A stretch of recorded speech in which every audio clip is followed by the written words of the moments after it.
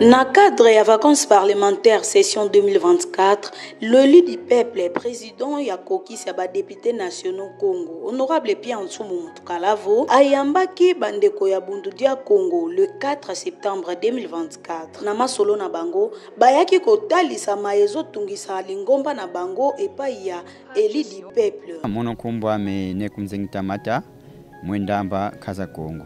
Tata honorable wena tata de babonsono, bonso butu zaidi. Yani wakala munjetu lokumbanza lukala, kabetu tukuli kumbanza lukala. Mukaiza yani wayonzi kankangu wambanza lukala.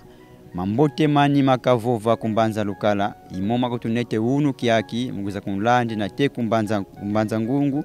Mguza sa beneficie di mosi mumamote mokavova kumbanza lukala. Antuka mumamonso no matu yambidi yebonso bukele nsatu zetu ndenda vuvavo kie seketi vutuka yame kumbanza lukala kadi tsilo zilungane.